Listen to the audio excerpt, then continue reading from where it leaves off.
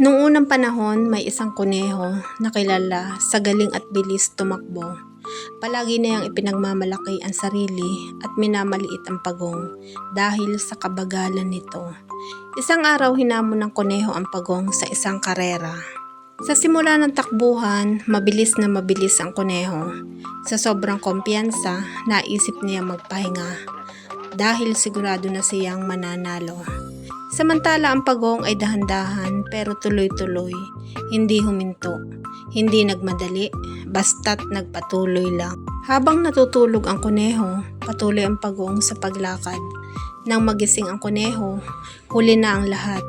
Nakatawid na sa finish line ang pagong. Sa huli ang mabagal pero consistent ang siyang nanalo. Hindi lahat ng mabilis ay panalo. Mas mahalaga ang tiyaga, disiplina at consistency. Pagdating sa trabaho o negosyo, may mga taong mabilis magsimula pero madaling sumuko. Mayroon ding unti-unti pero tuloy-tuloy magtrabaho. Sa dulo kadalasan, ang consistent ang umaangat. Pagdating sa pera at financial literacy, may mga taong gustong yumaman agad.